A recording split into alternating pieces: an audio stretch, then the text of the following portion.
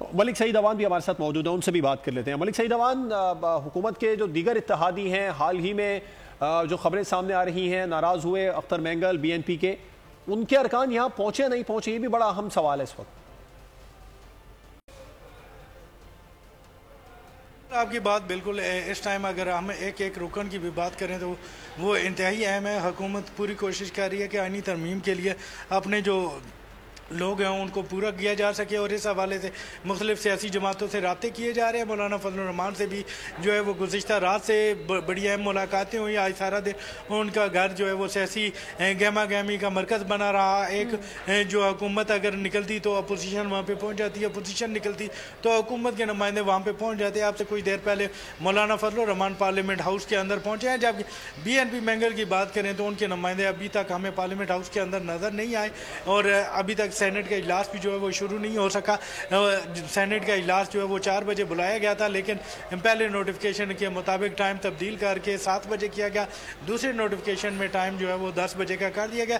10 بجنے کے باوجود ابھی تک سینٹ کا اجلاس شروع نہیں ہو سکا، جبکہ قومی اسمبلی کا اجلاس آج صبح 11 بجے بلایا گیا تھا، لیکن ٹائم تبدیل کر کے 4 بجے کیا گیا تھا۔ 4 بجے سے لے کر ابھی تک قومی اسمبلی کا اجلاس بھی شروع نہیں ہو سکا۔ اس حوالے سے ہم جب اراکین پارلیمنٹ سے پوچھا کہ سینٹ اور قومی اسمبلی کے اجلاس کم ہوں گے تو ان کا جواب یہی تھا کہ ہمیں علم نہیں۔ ذرائع کے مطابق سینیٹرز جو پارلیمنٹ ہاؤس کے اندر آگے تھے ان کو پیغام دیا گیا کہ آپ لاجز میں جائیں اور آرام کریں، جیسے ہی سینٹ کا اجلاس ہوگا تو ہم آپ کو بلا لیں گے۔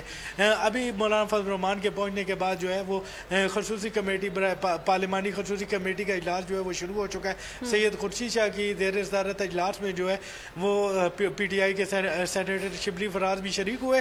مولانا فضل الرحمان پارلیمنٹ ہاؤس میں آئے تو ان کی جو جے یو آئی کے سینیٹر عطاء الرحمان ہیں ان کے چیمبر میں ارشد قیصر سے ملاقات ہوئی، اور ملاقات کے بعد مولانا فضل الرحمان جو ہے کمیٹی اجلاس میں شریک ہوئے، اور وہیں پہ جو ہے ذرائع کے مطابق اٹارنی جنرل وہاں پہ کمیٹی کو آئینی ترمیم کے حوالے سے بریف کر رہے ہیں، اور جیسے ہی اب کمیٹی ختم ہوگی تو کوئی چیز سامنے آئے گی، جے یو آئی کا کیا موقف ہے اور باقی سیاسی جماعتوں کا کیا موقف ہے۔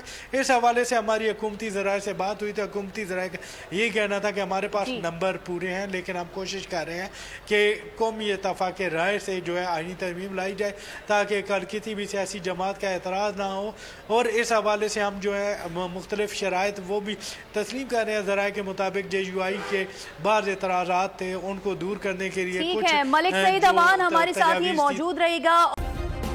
سبسکرائب کریں اور بیل دبائیں تاکہ کوئی خبر رہ نہ جائے۔